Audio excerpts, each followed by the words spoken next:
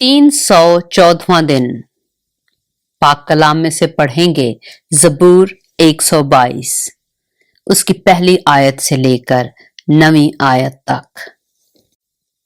मैं खुश हुआ जब वो मुझसे कहने लगे, आओ खुदावंद के घर चलें। ऐ यरूशलेम, हमारे कदम तेरे फाटकों के अंदर हैं।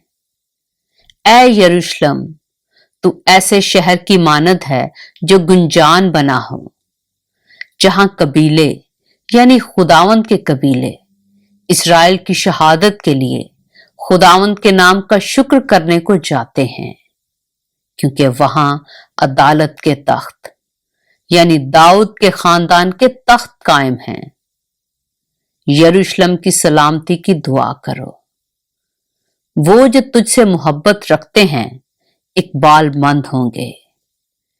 तेरी फसील के अंदर सलामती और तेरे महलों में इकबाल मंदी हो। मैं अपने भाइयों और दोस्तों की खातिर अब कहूंगा, तुझ में सलामती रहे। खुदावंद अपने खुदा के घर की खातिर मैं तेरी भलाई का तालिब रहूंगा। पाक कलाम के पढ़े और सुने जाने पर खुदावंद की बरकत हो।